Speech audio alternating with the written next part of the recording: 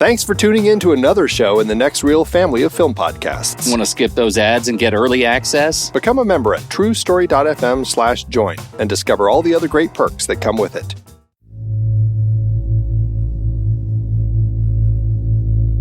I'm Pete Wright.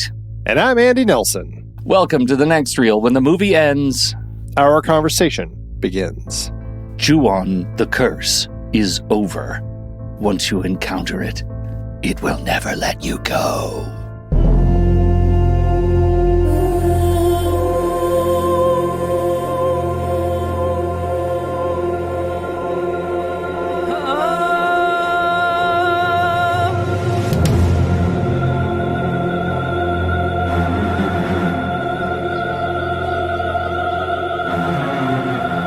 Toshio 君なんだ、いたのか。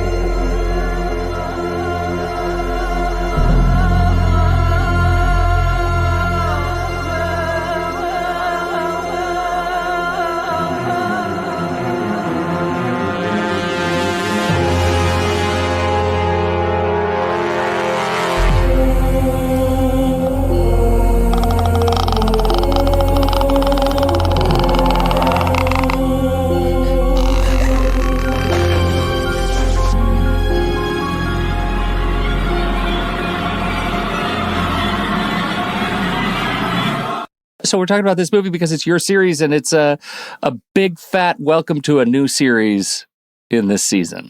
That's right. I wanted to, since it's 2025, I thought it'd be fun to look at the past 100 years of films. And so last week we did Ballerina, which was a 2025 film. This week we kick off our series starting with Ju-on, because the first Ju-on feature length film that came out on video, just to clarify, came out in the year 2000. And so so this is our Silver Screams 25 years of Ju-on. And we're only looking at 4 of them. I know there are like 15 films. And a show? I didn't even know there was a show, for crying out loud. Manga. There's so much stuff with this franchise. It's crazy. But we're going to be specifically talking about the very, very first feature-ish length film. It's only like 70 minutes. But Takashi Shimizu released it in the year 2000, the same year as the second film, Ju-on, the Curse. Yeah, just wait till we talk about that one. You think this one's short. Oh, I know. That'll be an interesting conversation. And then we'll do The Grudge and The Grudge 2. And then we'll save room for the other ones down the road. But for this start of this series, these first 4 should be an interesting jump into the franchise. And, had you seen any of these films, including the American remakes, before we started this? The one I remember, the only thing I remember, and only in splashes of imagery, is the Sarah Michelle Gellar one. Right, that was the first remake of The Grudge, right? That was the American remake of The Grudge. Okay. Which had 2 sequels, I believe. And actually, the first film, I think, also was directed by Takashi Shimizu, if memory serves. I think you're right. So I don't remember it very well, especially, I feel like all the imagery is getting all mixed up, Andy. There's kids crawling, there's kids crawling upside down. Oh my goodness. Kids wearing a lot of eyeliner. Hands coming up through hair while you're taking a shower. That was a tough image. That's a tough one to let go of. Not going to lie. So why this one? Was it just its epicness in the J-horror universe? I think so. I mean, I had a few options. Final Destination was another option for a horror series from the year 2000. And I mean, with a recent movie having just come out, there's certainly room to have a conversation about that. This one, I think I just wanted to do something different and jumping into J-horror and tackling this, which has really kind of just grown in such epic size, I think, is the reason that I went with this. I think it's an interesting one because it does tackle some interesting elements with technology. We have the ghosts using phones, calling people on phones. And so I think it's an interesting element to look at as far as what was going on in the world of J-horror, Japanese horror, at this particular point in time, and what Shimizu chose to take on with this particular story about a curse that is very much it's about anger, and it doesn't let go very easily. In fact, it starts the film with this text: a curse born when a person dies in a powerful rage. It gathers where the dead person lived and becomes a stain. Anyone who touches it dies, and a new curse is born. Things are already going great. So where do you want to start? Should we start with, initial thoughts? Let's get a sense as to what you thought of this one. Well, I think the movie is good. I enjoyed my time with it. I struggle with being able to say definitively if I enjoyed it because of the story itself, because of the performances, because of the structure, which is crazy pants, or because of just the technical achievement, being able to inspire thrilling, sort of horrific images with the technology that they had at the time, right? Through cutting and lighting and being able to actually do that and appear super authentic and scary. Like I think all of those things are going for this movie. It may be the final result may be less than the sum of its parts, but not that much less. Like, I can see very clearly why this movie spawned a franchise as it did. There are some very haunting things going on in here. And the moment I finished it, I wanted to just continue watching these movies. I wanted to see where it could possibly go from here. So those are my initial thoughts. Great experience, solid movie, antique by today's horror standards. And I'm excited to see what's next. Antique, but at the same time, I think it doesn't feel old-fashioned. It just feels restrained. And obviously restrained by budget. That was a big element that they had to deal with. Significant restraint. But at the same time, I think that Shimizu built something that really carried the just a growing sense of dread about this house. Like, it always was uncomfortable. And that was something I was impressed with, especially on such a low budget. I think it helps with kind of the restrained shooting style, a lot of still shots, not a lot of movement in camera. And I also really think that it helped with breaking up the story into this kind of six little stories about this particular house that we're following, and it's not in chronological order. So we're getting kind of jumping back and forth in time with it. And I also think that there's some potential connection to the short films that also are very short, right? Like 3.5-minute short films that came out before this. 2 years, 1998, there was Katasumi and 444444444, which is the phone number that the ghost calls from, which is the number 4 apparently is a very unlucky number in Asian cultures. And so the fact that it's calling from all fours should signal people, don't answer that call, just let it ring. But there is something about a phone that just won't stop ringing that, I don't know, are we innately drawn to answer? Is that? I think we are. I think that's a cultural impossibility to let the phone ring anymore. Yeah. So, but anyway, I liked it. I liked it quite a bit. Like, so much of that, and one of the things that I really like about what the movie is doing is it's saying, hey, look at these old belief systems that modernity no longer sort of understands or has internalized. We're going to make that scary again. Like, they should have not answered the phone, right? They should have not done so many of the things that they do. Go in the house, go into the room. Like, there were red flags, and they ignored the red flags and became cursed irreparably. there's an interesting sense to this story also in the way that the ghosts don't feel restrained to the house, even though, I don't know, based on what I read earlier, like they were killed in the house, they've become a stain, don't touch that stain or you're going to get killed too. But the ghosts can move around. And one of our stories follows, I'm not sure if it was the girlfriend or just a friend, but Mizuho, she shows up at school looking for her. I don't know. I'm not sure if it's her boyfriend or what, but she's looking for the brother Tsuyoshi at school because his bike is there. Right? She has tried to calling him and he's not answering. She sees his bike at school, and so she talks to one of his friends, and he's just like, "I haven't seen him. I don't know where he is, but his bike's here, so he must be around." And then a teacher comes out ready to close the school. It's like, "What are you doing here?" She's like, "Oh, I'm looking for my friend." And the teacher's like really irritated. Seems like, you're in trouble. Come to the office, and I'm going to look for him, and you're both busted now, is kind of the way that scene played.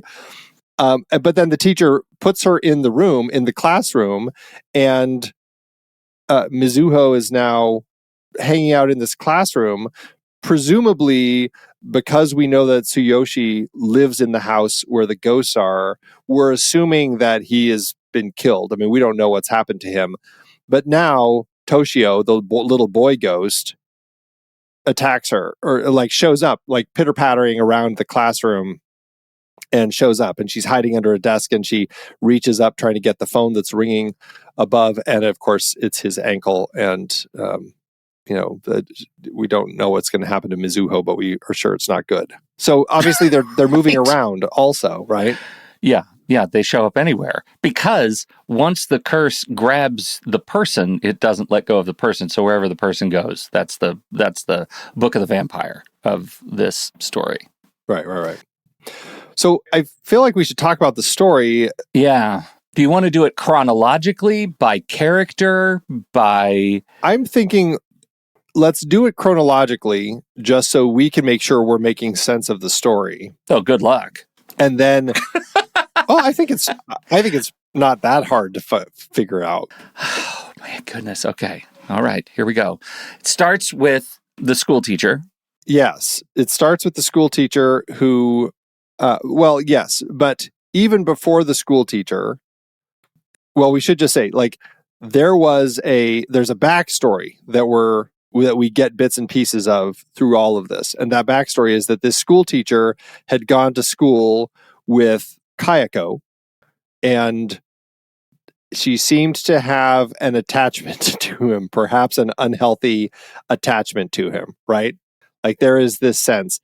And he says to his pregnant wife, it's like, oh, because he's, I don't know. What do you what do you think of how teachers are meant to operate over in Japan as far as like going to do a home check on a child? Is that... I think that would be frowned upon. Yeah, American society would never allow that. Yeah, no, I think there are many societies that have gone and done away with frontier-esque home checks done by teachers. Well, and granted, this was 25 years ago, so time has changed. Nobody did a home check on me when I was 25 years ago. I was out of school. I was not in elementary school anymore. Okay. Bad comparison. Let's go then to Takeo again. Takeo and Kayako. Yes. So Takeo, Seiki, and Kayako, his wife. Mm-hmm. And they have the son, Toshio. And a cat. He is clearly a very jealous husband. Yes. And because of this crush that she has on Kobayashi, Takeo kills Kayako, Toshio, and the family cat. Right. And the family cat is left like in a sticky puddle under some cardboard in the backyard. Bad news. Just so bad news. Yeah, or maybe in the bathtub, because we also have a flash to that. Anyway, that's the beginning of this curse that we have here. Well, and then Takeo dies. And the implication is that he dies because of the curse that he unleashed. But he dies later in the story, though. Right. Like that's much later. Because right now we know that he's not only angry at Kayako and so takes it on his entire family, but he also blames a lot of this on Kobayashi, who also happens to be Toshio's teacher. So he sees this as this love triangle, and he wants revenge on everybody, even though Kayako is obsessed, but Kobayashi has no clue about any of this. He has his own pregnant wife at home. She's about to deliver, and he has never thought about Kayako apparently in that way. And now that he realizes he has to do a home check because Toshio is not showing up at school, he has a very uneasy feeling about the process of having to actually go and talk to Kayako. Like, that's how the whole thing plays, right? Yes, for sure. Awkward potential love triangle. Weird. And then he gets to the house. Now, the house, because of the curse, the house is cursed. I think at this point we understand, because of the opening text, that anyone who enters the house is going to be doomed. Yeah, I was a little unsure of that because I wasn't sure what the implication was by anyone who touches the stain. Like, what actually is entailed to touch the stain? Is it entering the house, or is it like physical contact with one of the ghosts? What is that actual, like, when is it decided that you are now bound to be destroyed by this curse? Okay. That is a great question because of some characters who do come into the house and we presumably are okay, I think. Yes. At the end. I think so. And so that is a great question because at the beginning, my assumption was you go in the house, you're doomed. That's not actually how it plays out, but mostly it does. Well, I'm curious because we'll talk about this as we get to these other families that, you know, progressively appear in the story and move into the house, and then leading into the next film. Because I haven't seen it, but you have. But we end on, I suppose you could say, it's not exactly a cliffhanger, but there's a moment that we have at the end of this film that I guess gets resolved pretty early on in the next film. Early is doing a lot of work. Early in the new material. Okay. All right. So we have Kobayashi who goes over to the house to figure out what's going on with Toshio. He finds what he thinks is like some sort of like dead thing in the backyard under the cardboard. And he's hearing a cat meowing. And then he goes around the corner of the house and he sees Toshio hanging out in the bathroom with his arms like hanging out the window. And he goes to talk to Toshio, and it seems like Toshio passes out or something. And he's like, you know, he doesn't answer as far as, are your parents home? Or I think he might say at that point that they're both out. And so because the kid passes out, Kobayashi runs around and enters the house and is like, hello, I'm coming in. Nobody seems to be here. So he goes and he helps the kid and he puts him on the couch and he's trying to get him to, like, he's showing him drawings that he's done at school and he's trying to figure out what's going on with his parents, and he's going to wait. And so he calls his wife to let her know, I've got to hang out here and wait for these parents who just aren't here. And he's hanging out for a while. And that's kind of, that's the bulk of the start of his story, and until later in the evening, right? Right. Where things get dark for him. How does, so far, I mean, is the story playing well? Like the way that the story's unfolding? Are you... Yeah, but in hindsight, because, you know, there is that discomfort of realizing this is happening out of order, that things are happening out of order. And so it takes a little bit sort of narratively to figure that out, to figure out what's going on. I don't think I had figured it out yet, what was going on at this point. Yeah, I don't think I was meant to. Well, and this is the first story, so we are kind of at least starting with something that makes sense for where things are going. We just haven't had as much of the backstory as we've already kind of walked discussed. Right. And so as he's kind of waiting, I don't know, I can't remember. He hears something upstairs. He goes up to look around, and that's when he finds the room, or downstairs, he sees a ripped up photo, and he puts it together, and it's the family photo, but the wife's face is missing. And so he ends up upstairs and he's looking around in a room and he finds all these torn out faces of the wife laying on a thing from all of the different family pictures. And then he finds the journal, which is her journal, and describing her essential like fascination and obsession with him, which freaks him out. And that's what sets him off. Like, I have to get out of here. Oh no. And then he looks up into the attic and he hears a noise and he sees a dead body up there. And he's like, I got to get this kid and get out of here. He goes downstairs and Toshio's gone. And is that when the phone rings? Because the body in the attic is who? Well, the body in the attic, that's a good question. I think the body in the attic that he sees, I think that was actually Kayako. Okay. Because later it's the Murakami family who have moved in and the daughter ends up getting killed in the attic. But I don't think, unless he's seeing the future ghost of her, I think it's just Kayako. I think it's Kayako, but we know that Takeo killed Kayako and Toshio and the cat at the same time. So Toshio is already a ghost. Toshio is a ghost already, correct. Got it. And so he's in the house with a bunch of ghosts, and he is now bound to the curse. So he tries to get out of the house when he sees the body. And this is a question, like, because he picks up Toshio after he passes out and takes him into the living room. So I'm like, he touches him. So I'm like, okay, so then he's screwed because he's made contact with one of the ghosts. Completely hosed. Right. And the phone rings and it is actually Takeo who is calling to tell him basically, hey, guess what, loser? Your wife's had your baby. It's a girl. And we see it's horrifying. We see the bloody fetus, like on the phone booth he is in is covered in blood. This man has lost his mind. Incredibly bloody phone booth. He's got the fetus, and he puts it in a bag. And after he calls, it's like, yeah, you had your baby. And basically, like, this is how destructive this man has become. Like, he is so full of rage that he's killed his family, and now he's basically destroyed Kobayashi's as well. And then as he walks down the street, he's got this fetus in the bag, and he's just smacking it into the ground and into the wall. I mean, it's just... Oh, it's awful. It's absolutely horrifying. And Manami is dead. The wife is dead. By the way, we are completely spoiling this movie. If you good note. Know this is good timing by now. Yeah. If you're tuning in to this show for the very first time, just be aware. Yeah, we're gonna. Yeah.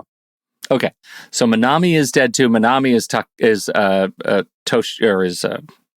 Kobayashi's wife, and she's gone, and the baby's gone. And then Takeo, as he's walking down the street, he gets attacked by a garbage bag, and it turns out Kayako has appeared in there to come and get him. Right. Yeah. So now he's gone. And she attacks the school teacher. He's getting this phone call, and then she, after he's seen her in the attic, she comes crawling down the stairs, doing that kind of creepy stair walk that she does, and that's the end of him. So that's the end of this first part of our story, which we've covered, like the Toshio section of it, and I can't remember the other section of that. I think is in the actual Kayako section. Like, it's the first and last sections of our story, right? Because the Kayako is. Now we're getting into the real estate magnate part, the real estate agents, Tatsuya and Kyoko. Before we get into them, though, because isn't the next section is the Murakami family? That's the next family that moves in before the real estate family. Good point. Okay. Yeah. All right.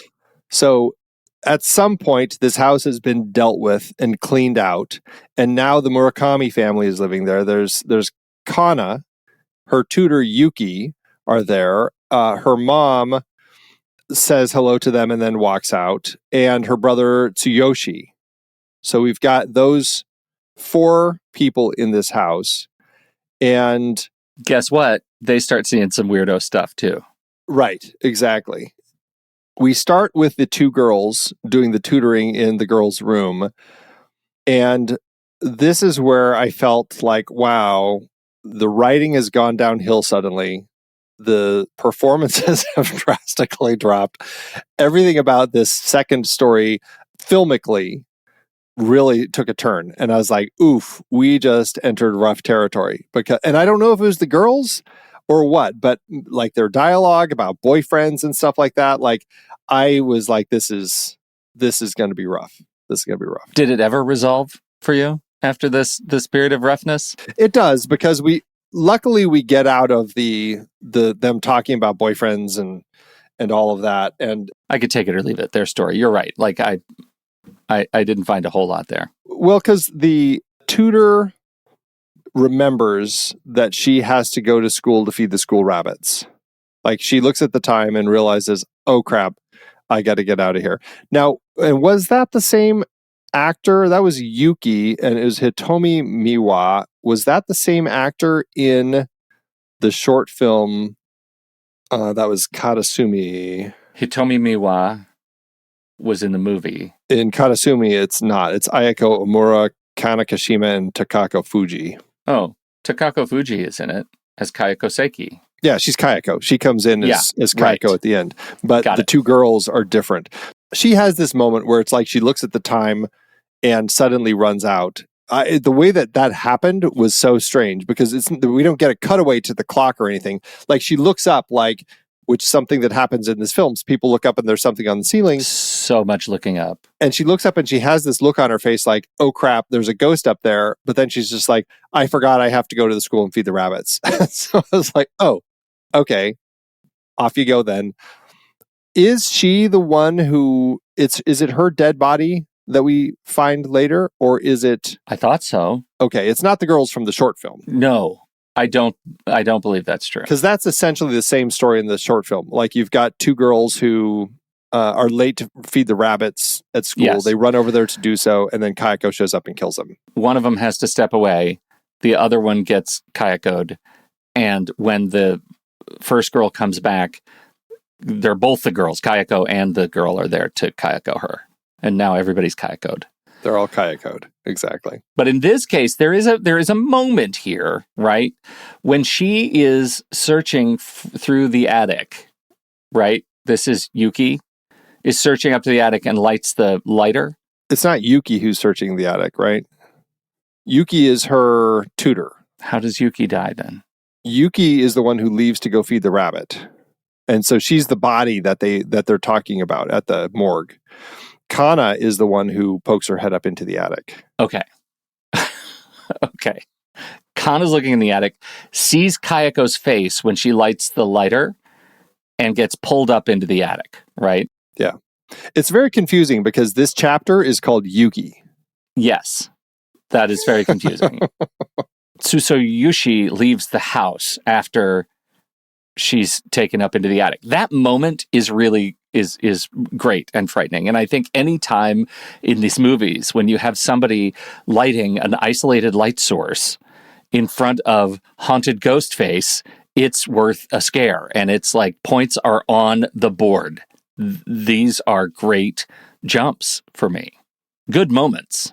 And that's, I think, why overall this section was a little more frustrating for me, because the acting between the two women, I don't know if it was the acting. I don't know if I can fairly blame it on them, because I felt that the dialogue, the written dialogue, was just rough. It was just rough dialogue that they had to say.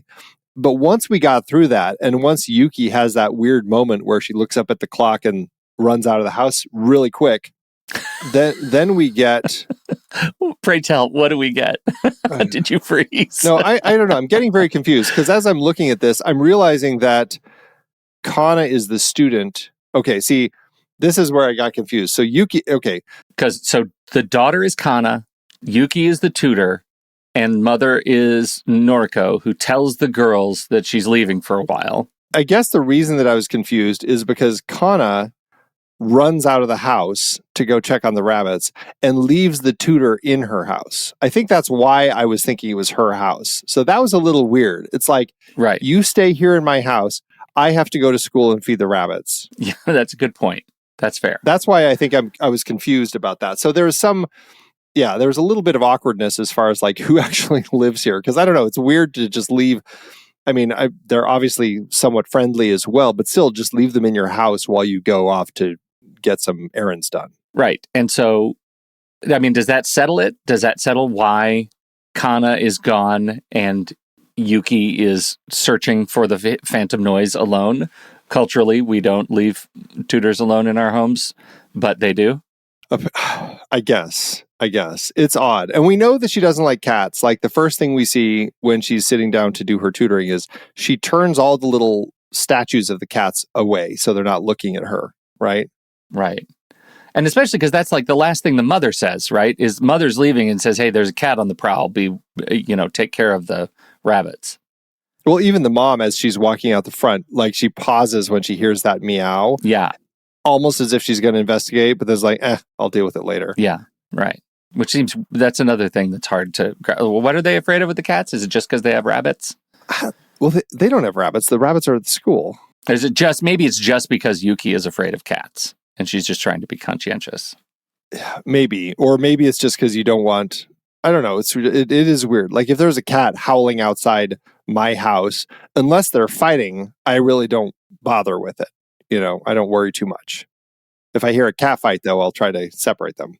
You break up cat fights, though? Okay, that's good. I just learned something about you. I didn't know that. I mean, I don't physically do it. I like, make noises and scare them. I don't like pull them apart and have a little chat with them about being nice to each other. And then you scream at them, we don't talk about Fight Club.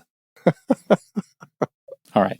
So it's Yuki, the tutor, who's left alone in their house for whatever reason. She's afraid of cats. And Kana, the daughter who lives there, is gone. Yeah. She's like, looks at the clock and I'm out of here. But who else is there? Is Tsuyoshi and his girlfriend Mizuho. He is there. You're right. Because she embarrasses him about the girlfriend. Okay. So that's right. Because he's there. She is in the room and she goes out of the room because something scary happens. And when she goes into the hallway, suddenly it's like night in the hallway. Yeah, spooky. Yeah, that was great. And then she sees that cat coming up the hallway and she's like, what the hell? She goes into the room and the cat kind of chases her. It's playing with her headphone cord that's dangling down from her neck. And it decides the best thing I can do is I'm going to climb up into the upper levels of the closet to get away from the cat. And of course, as you do, here's something above her, and it's of course Kayako who takes her and kills her.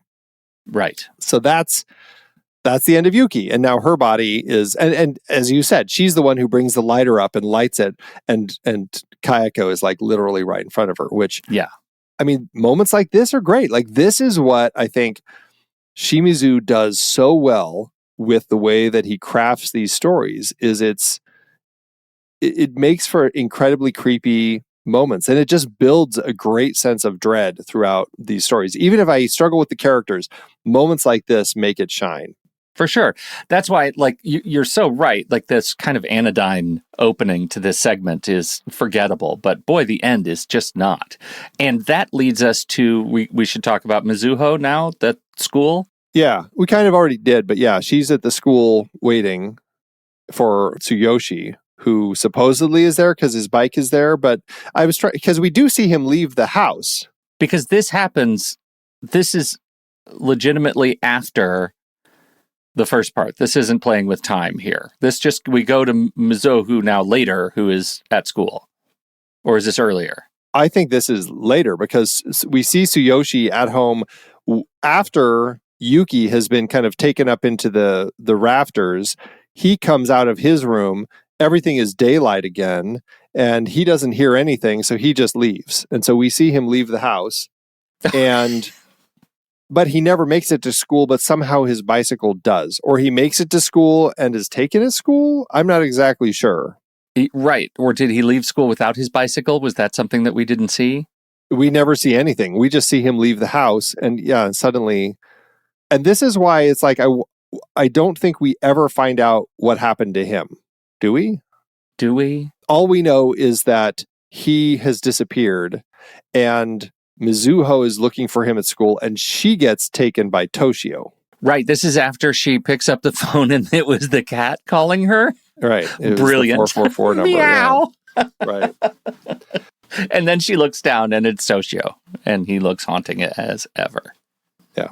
It's always creepy, especially there's a shot earlier of Kobayashi when he's on the phone No, he's looking out the window when he has Toshio sitting on the couch behind him, and he's hearing that cat. He looks out the window to see, like, where's this cat out here?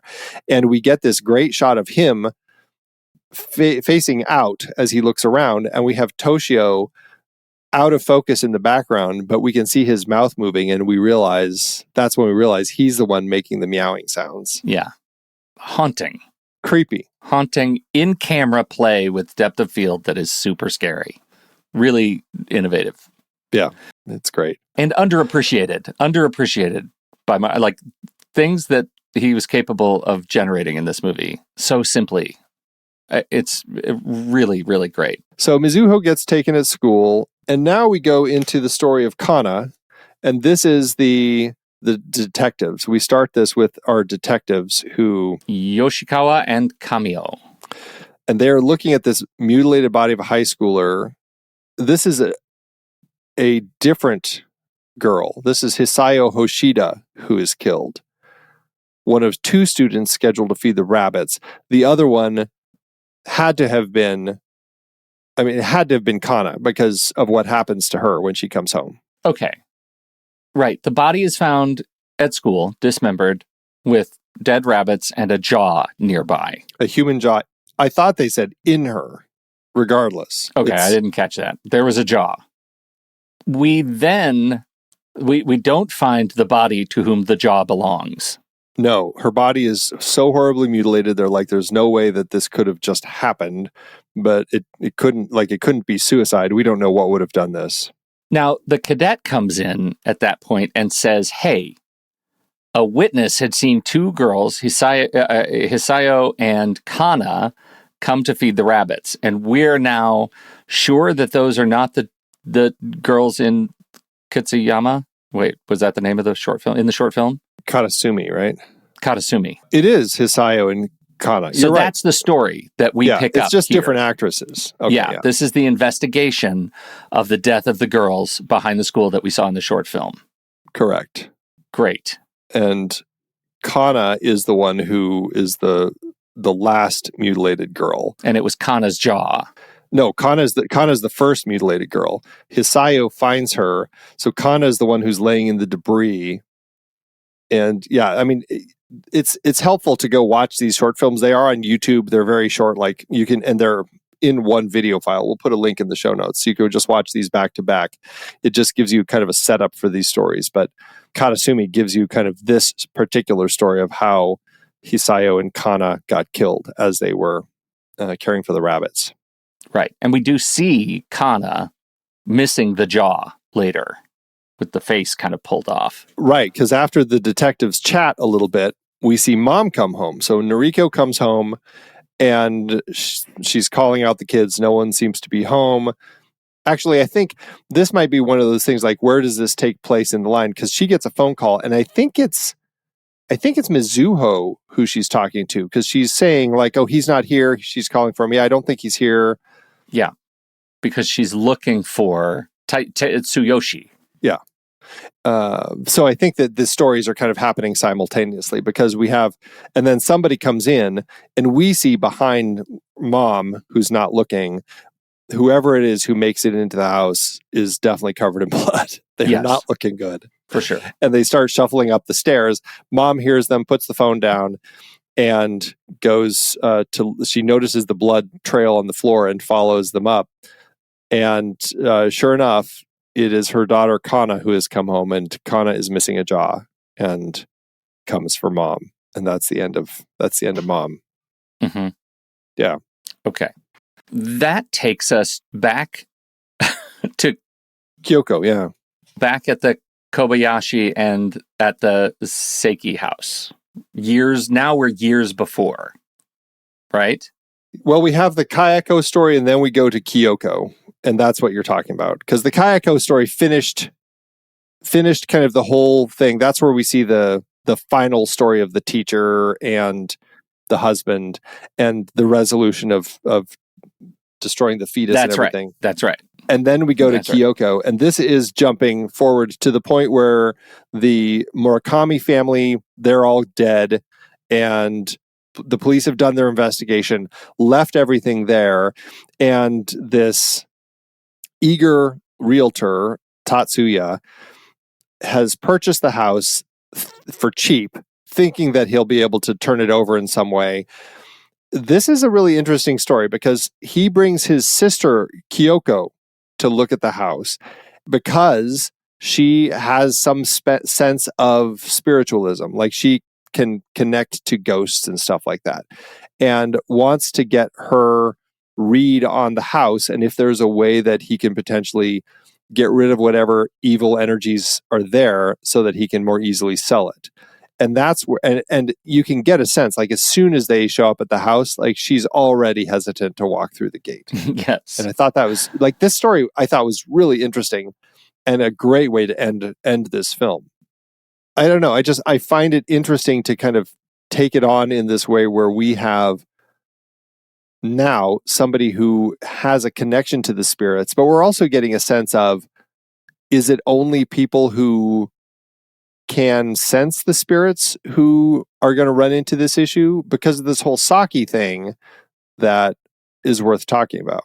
Well, the Saki thing is worth talking about for sure because she sets up a new rule that he does not follow, right? And the rule is, if these people, give them some of the sake, if these people drink it, the potential buyers, if they drink it and what was the rule? If they like it, then they shouldn't buy the house? If they like it, they're fine.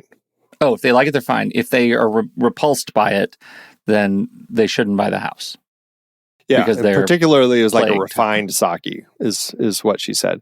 For whatever reason, that's the ghost measuring Right. method. So what we get, so he screws that up. He doesn't. He doesn't understand. I think he didn't understand it, right? Because he let them buy the house, even though he said that they didn't like it. No, he said they liked it. They loved it. In fact, Is that what he said? Yeah. Oh God, this cockamamie movie is all over the place. Okay. Yeah. So I think, and because so basically what happens is she's freaked out by the house, very uncomfortable.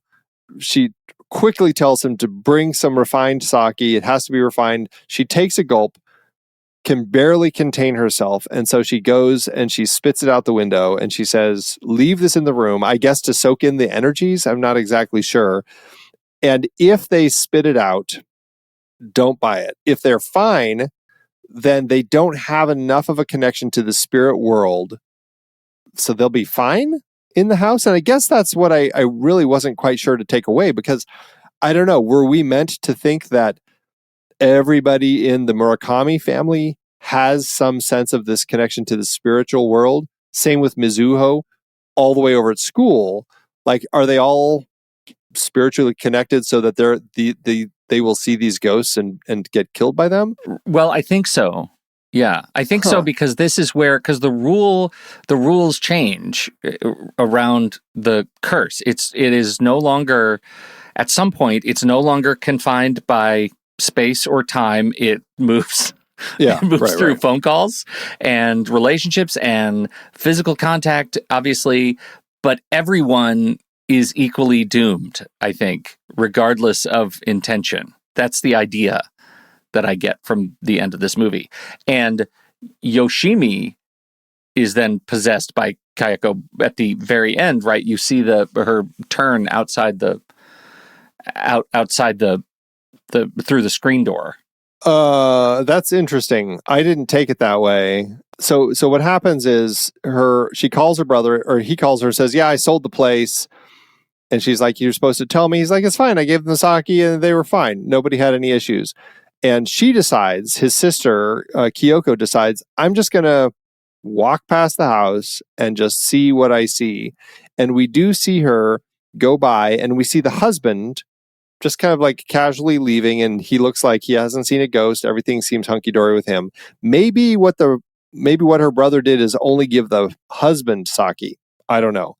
Anyway, she comes up to the house and she sees Kayako in the window. And I thought she was just seeing the ghost of Kayako. I didn't think she was seeing the wife actually possessed by Kayako. And as I see that now written in the Wikipedia, that's exactly what it says. But I guess was that clear? I think it was clear. You knew it was the wife and she was possessed by Kayako. I think it was clear. Yeah.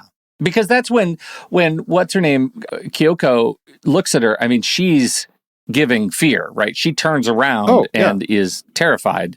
And I read that as she's terrified because she knows that this woman that is possessed.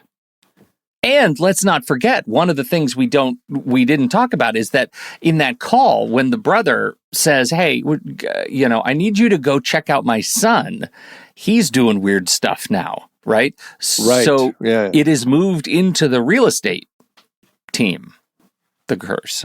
Yeah. Well, and that's interesting because maybe Kayako thought this Saki thing would protect people from it, but the reality is, there's no protection from this curse. Like once there's this stain here, it's just going to bring everybody down. And if you make the mistake of even in the remotest way of interacting with the house or somebody from it, you're just going to get killed. It's the end of it. Yeah.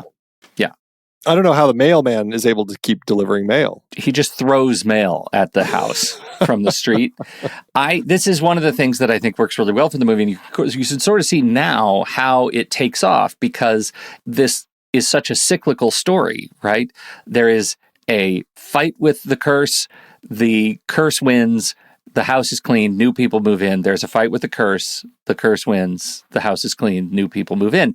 And that's kind of it's a fun way that these movies in general work. This movie is kind of I don't know, you've done all the J-horror stuff, but this movie feels like a seed for others yet to come in terms of modern cyclical ghost stories.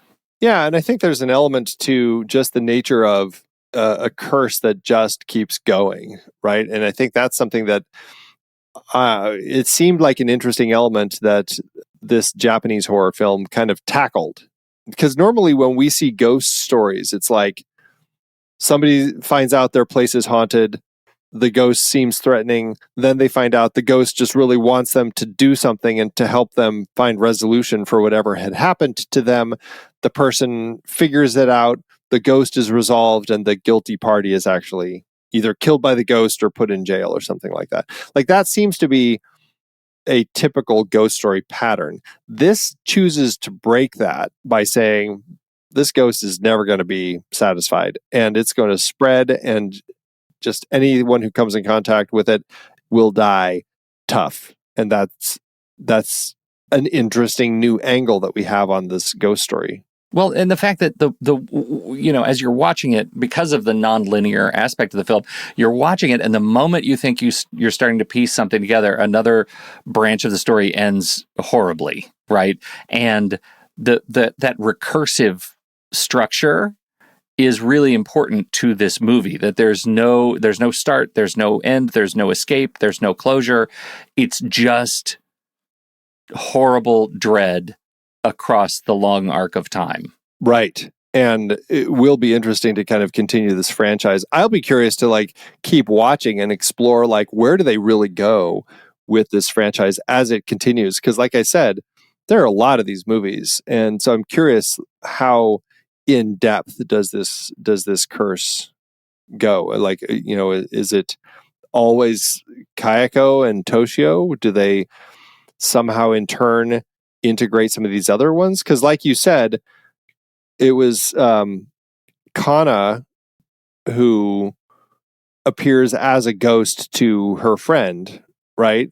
When we see Hisayo come back, this is going back to the short film, her friend is there as a ghost and turns and looks at her and everything before Kayako comes in and kills her. So it does make me wonder, are these other people somehow now, are their spirits also connected to this curse, and they're also somehow tied in and part of the stain? Hey, sidebar.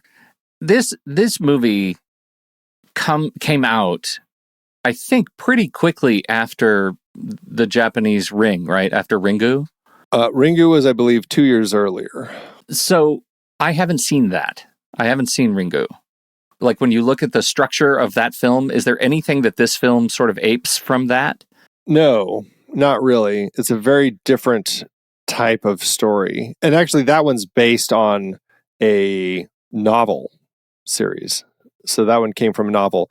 But I suppose in some way there is some element of that.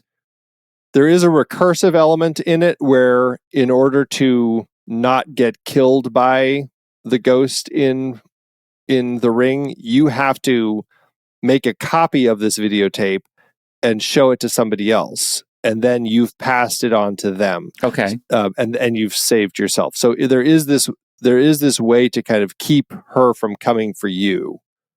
At least based on the first one. I haven't kind of continued that franchise either. It's that cyclical fatalism. Yeah. Right. That is our big overriding lesson, is that these movies are cyclically fatalistic. And you definitely start seeing that influence on films like It Follows, which, is a US film about something similar. And in order to not get killed by it, you had to have sex with somebody. And then it's coming after that person. The only difference with that one is people can keep having sex to keep it from coming for them.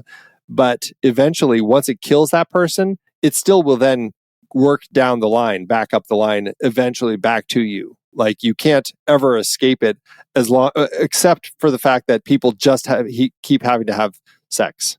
Right. So it's a story of STDs. It's the mythology behind the STDs. real monster in the movie. Yeah, that's right. Right. Is the clap. Oh, okay. All right. Well, I said good luck with that at the beginning, and you said I think this is going to be easy, and we just spent 40 minutes trying to pull this movie apart. I feel vindicated. I think that it's a pretty straightforward story. It's like 3 sections. It's just demonstrated told in it's not. No, I demonstrated it is. We just walked through it. It took the fact that it took 40 minutes shouldn't make it sound like it was hard. I could have done it if this show was a 10-minute show, I could have done it in 10 minutes. Do you think? If I was here, do you think you could have done that? I don't think so. I think that would not have happened. I think so. I think the movie is good, and I think it's worth watching, especially from this perspective of like the history of modern fatalistic horror movies. I think it's fascinating, and I'm really looking forward to talking about next week's movie, which I feel like maybe a bit of a lull before we get to The Grudge. I'm excited about that. Yeah, we shall see. See. I'm glad we're doing this series. This was a fun one.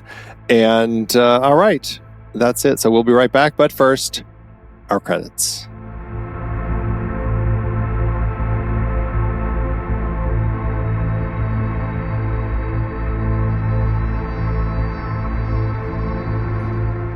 The Next Reel is a production of True Story FM. Engineering by Andy Nelson. Music by Kyle Preston, Evgeny Bardyusha, The Bows, Oriel Novella, and Eli Catlin. Andy usually finds all the stats for the awards and numbers at the-numbers.com, boxofficemojo.com, imdb.com, and wikipedia.org.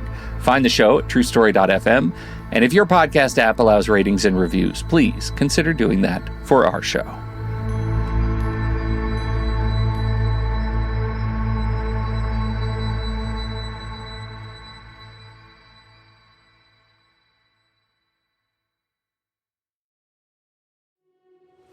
In a world ravaged by the Y2K bug, where technology has collapsed and society has crumbled, the very idea of a platform like Letterboxd feels like a distant dream.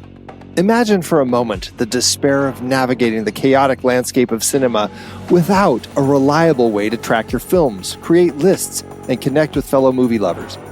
But even in this bleak alternate reality, there is still hope, because if Letterboxd had somehow survived the Y2K apocalypse, it would have become a beacon of light amidst the darkness. A place where film enthusiasts could come together to celebrate their passion, to find solace in the power of storytelling, and to escape the horrors of a world gone mad. And if you were one of the lucky few to have discovered Letterboxd in this dystopian nightmare, you would have had the opportunity to upgrade to a Pro or Patron membership. With a Pro membership, you could have enjoyed an ad-free experience, personalized stats pages, and the ability to filter your activity feed. As a patron, you would have had even more exclusive features, like the ability to select your own poster and backdrop images for the films, and the chance to see your name in lights on the patrons page. But perhaps most exciting of all, as a listener of The Next Reel, you would have been able to take advantage of a special 20% discount on your Letterboxd membership.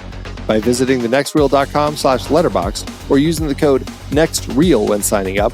You could have unlocked a world of cinematic wonders and joined a vibrant community of film lovers, all while saving a little cash in a world where every penny counts. Alas, in this Y2K ravaged reality, such dreams are but a cruel reminder of what might have been. We are left to navigate the world of film on our own, armed with nothing more than our love of the movies and a desperate hope that somewhere, somehow, there are others out there who feel the same way. But even in the darkest of times, the love of cinema endures. It is the flickering light that guides us through the chaos, the spark that ignites our passion and drives us forward. And so we must hold on to that love with every fiber of our being, knowing that someday, somehow, we will find our way back to the films that give our lives meaning and purpose. Until then, we can only dream of the letterboxd that never was, and the incredible community of film lovers that would have made it their home. But even in our dreams, we hold on to the hope that one day we will find our way back to the movies and to each other. Okay, sequels and remakes. Oh, my goodness. Deep waters ahead. Yeah, we are in it for sure. I mean, we've got, there's the two short films that we already mentioned, Katsumi and 10 Fours in a Row. Those both came out in 1998. They were created by Shimizu. He was actually studying under Kiyoshi Kurosawa, who we talked about when we talked about Pulse, another J-horror films. And he was brought on to do this. It was part of a show that was doing some like short films and everything. And so he was brought on to make those two short films. And then from that was able to start making these feature films. And these first two are straight to video. And so they definitely look at, and Ju-on the Curse 2, both came out in the year 2000. Then we get into the Grudge films. Then we get into the American remakes. Then we have Black Ghost, White Ghost. We have Ju-on the Beginning of the End, Ju-on the Final Curse, Sadako versus Kayako. That's the Ring that's like Freddy versus Jason with these ghosts. And then we have the reboot, The Grudge, in 2020, which I have heard nothing good from. We also have another short film called Tales from the Grudge in 2006, and the TV series, also 2020, Ju-on Origins. There was a video game in 2009, and there's even a pachinko machine, Pete. So Pachinko Kayako? Not to mention all the novels, comics, graphic novels. Yeah, it is a massive franchise. Having only seen that one Grudge movie. This is quite a playground. It is. I do think I'm going to keep crawling through these movies too. I am now. I'm crawl through like Kayako down the stairs, upside down and backwards. Yes. You mentioned when we started this, the Final Destination series, and there is something. I've started that again because I had only seen the first one, and I'm thinking about it for Sister Show Sitting in the Dark as one of my contributions. Shh, don't tell the guys. But it has a weird sort of cyclical fatalism too, right? It's that same sort of thing. Like you can do whatever you want. You can try, but you can't defeat the plans of death. Right. Which is a really interesting take. So I'm loving the series so far. Only seen these couple of movies, but I'm in it. Yeah. Well, it's going to be a fun one to kind of keep plowing through. And, like a lot of these massive franchises, I've heard that there are some serious valleys, but there are some peaks that we will enjoy. So, yeah. Well, that's our sequels and remakes. How did it do at the box office? Do you have a shortcut into the world of J-horror on direct-to-video release?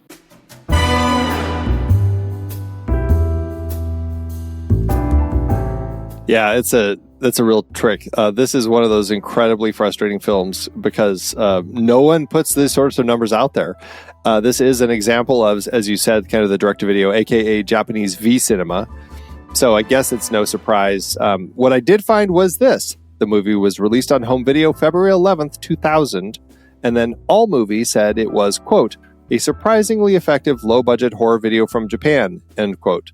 So I guess all we can take from that is that it was, in fact, low budget. So that's it. Okay. I feel like anybody could have said that. I didn't need to pull a quote from all right. movie, is what you're saying? Right. Oh. I feel like you could just say that too.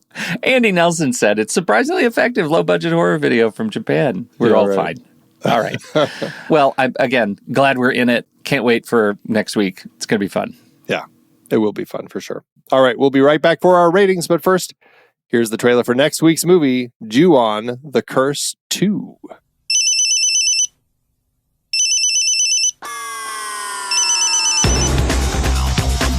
初めてですよこんな死体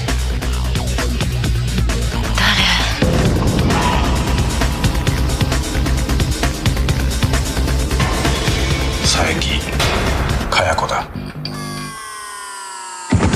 他にも関連の人間が次々と姿を消してる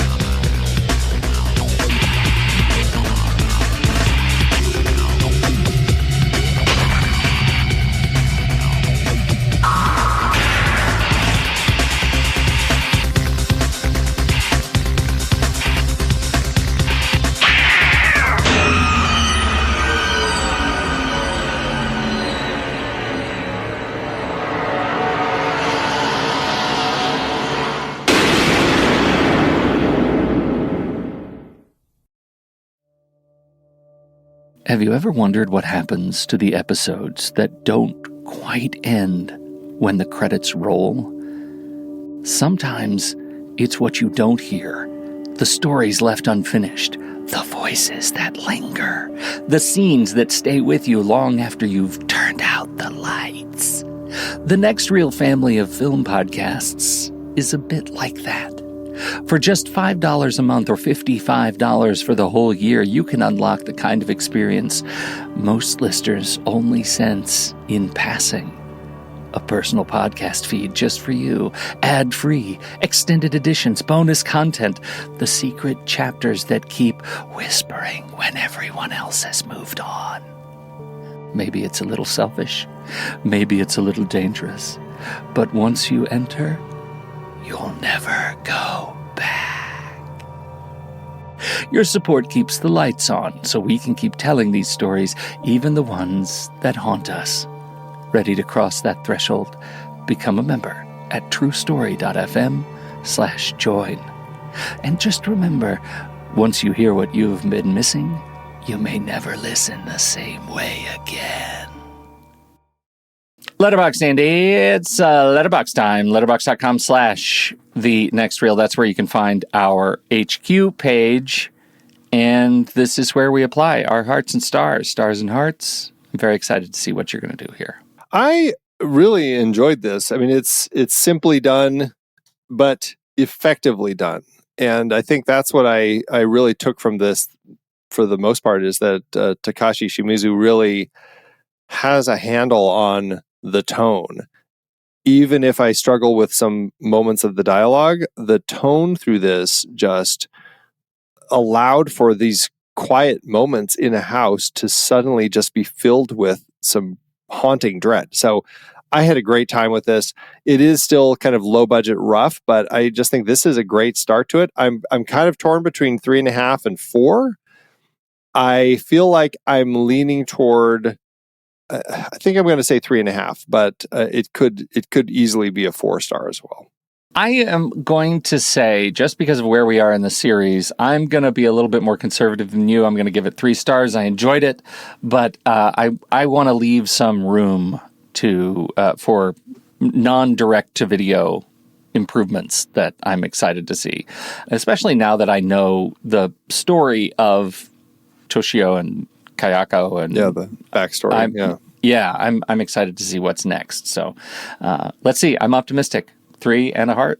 All right. Well, that averages out to 3.25 and a heart, which rounds up to 3.5 over at our account at Letterboxd, which you can find there at The Next Reel. You can find me there at Soda Creek Film, and you can find Pete there at Pete Wright. So, what did you think about Ju-on: The Curse? We would love to hear your thoughts. Hop into the Show Talk channel over in our Discord community, where we will be talking about the movie this week. When the movie ends, our conversation begins.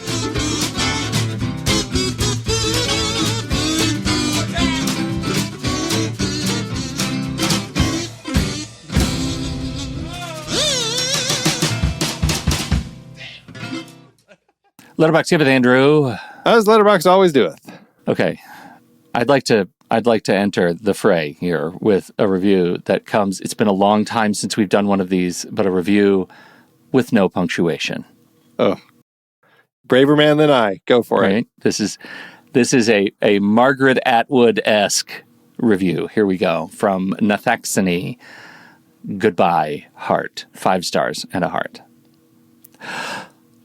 A grudge like LOL, a hole where a tooth should be. You worry with your tongue until the hole widens a little, then a little more, then a little more. And should you be worried, should you call a doctor, at least a triage line on the phone? You would do that, except the only number your phone would call is 12 fours in a row like this. 4444444444444. Do you think it means something? Your eyes roll back farther and farther in, but you can somehow still see the room as if you are above your own body, like up in the corner, crouched kitty corner to reality, like a spider kitty, your stringy, messy hair, like kitty toys hanging down for lonely or for to play, or kill deer, dragged away from the nest into the nest, a corrupted file, bad gateway, 44444444444, a murmur, an arrhythmia like rotten ice held over into the late spring or early summer, its rottenness grown florid, where insects start to buzz and spill upright around and through it like it was going to open and something was going to come out, an eye, a hand, scattering of fingernails, that tooth. Where did that tooth come from? Whose crime scene does this tooth belong to? It is like a hole just opened up, like a buttonhole without a button, a terrible feeling like something pushing through that can't be stopped, even though you are going to be sick. And there it is, what you were looking for. It found you somehow inside of you. That is also a house that you have never been in so many times. A curse in the shape of a woman that walks or almost walks, or, close enough. Whatever this is, dragging myself down from the spider leg crawl space, curled up in death like a sleeping cat purring in dreams when it catches something. Its legs move, but what if when Kitty dreams it is catching something, it is really catching something, but doesn't know because it is dreaming and forgets it is not awake? It's funny. See, why are you not laughing? I am laughing. This is what my laughter sounds like a rasping purring that gets so loud it vibrates holes in this reality that got left out, forgotten until, like a photograph with cutout faces, one of those faces could be yours. It could look like my face looks now. Do you want to see? Where are you going? I love you. I love you. I love you. It is funny. It is funny. Joke we are sharing. Ha ha. Ha ha. Ha ha. Wow. Kudos to you for taking that on. Exhausting. That is an exhausting review, but I think I get it. Yeah, no, it's it definitely speaks to kind of like the mood and there's the whole vibe with this, right? Yeah, that's pretty much it.